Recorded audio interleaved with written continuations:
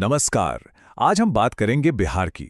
ये सिर्फ एक राज्य की कहानी नहीं है, बल्कि एक ऐसी जगह की कहानी है जिसने दुनिया को उसके कुछ सबसे बड़े और कह सकते हैं क्रांतिकारी विचार दिए हैं। आइए देखते हैं कैसे। सुनने में ये बात थोड़ी बड़ी लगती है ना? लेकिन अगले कुछ मिनटों में हम जो सबूत देखेंगे ना, वो इस बात को सच साबित कर देंगे। बिहार ने बार बार दुनिया को रास्ता दिखाया है, और वो भी ऐसे तरीकों से जिनकी हम शायद कल्पना भी नहीं कर सकते। तो चलिए शुरू करते हैं। सीधे चलते हैं उस दौर में जब बिहार ज्ञान और शासन का एक तरह का एंशिएंट हब था। दुनिया की कुछ सबसे पहली और सबसे बड़ी चीजें वो यहीं हुई। तो सबसे पहले बात करते हैं नालंदा की। ये सिर्फ कोई इमारत नहीं थी, ये थी दुनिया की पहली रेजिडेंशियल यूनिवर्सिटी। जरा सोचकर देखिए, उस जमाने में जब पढ़ाई लिखाई कुछ ही लोगों के लिए थी, यहाँ एक पूरा कैंपस था जहाँ छात्र और शिक्षक एक साथ रहते थे, सीखते थे और नए नए विचारों को जन्म देते थे। और हाँ, ये कोई छोटा मोटा इंस्टीट्यूट नहीं था।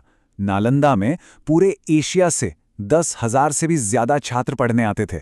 ये वाकई में एक इंटरनेशनल सेंटर था जो दुनिया के सबसे तेज दिमागों को अपनी ओर खींच रहा था। और कहानी सिर्फ नालंदा पर खत्म नहीं होती। विक्रमशिला विश्वविद्यालय ने ज्ञान की इस विरासत को और आगे बढ़ाया और दुनिया भर में कह सकते हैं शिक्षा का प्रकाश फैलाया।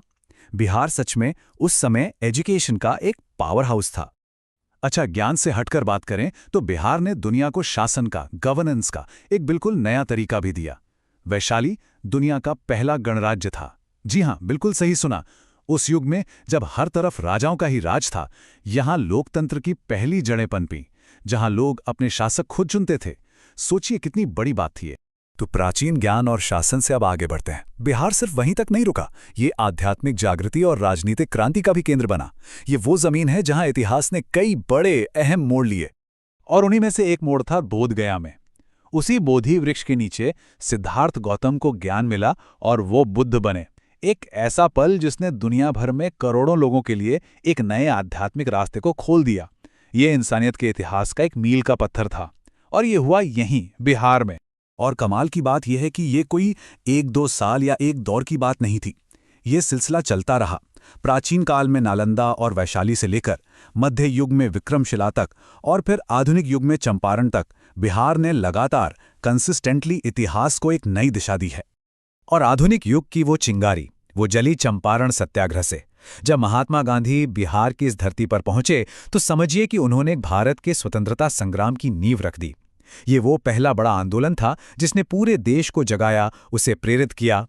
तो जब हम इन सभी ऐतिहासिक माइलस्टोन्स को एक साथ जोड़कर देखते हैं, शिक्षा, लोकतंत्र, आध्यात्मिकता और क्रांति, तो एक बहुत ही पावरफुल सच हमारे सामने आता है। और इसीलिए कहा जाता है कि बिहार सिर्फ एक राज्य नहीं, ये अपने आप में इतिहास है। ये सिर्फ एक कहने की बात नहीं है, ये सदियों के सबूतों पर टिकी एक सच्चाई है। बिहार सिर्फ घटनाओं का गवाह नहीं रहा, ये वो जगह है जहां इतिहास खुद लिखा गया है। और ये पूरी कहानी हमें एक सवाल पर लाकर छोड़ देती है कि नालंदा के ज्ञान से लेकर वैशाली के लोकतंत्र और बुद्ध की शांति तक बिहार की कौन सी विरासत है जो आज की दुनिया के लिए सबसे ज्यादा रेलेवेंट है। ये एक ऐसा सवाल है जिस पर हम सबको सोचने की जरूरत है। हमारे साथ जुड़ने के लिए धन्यवाद।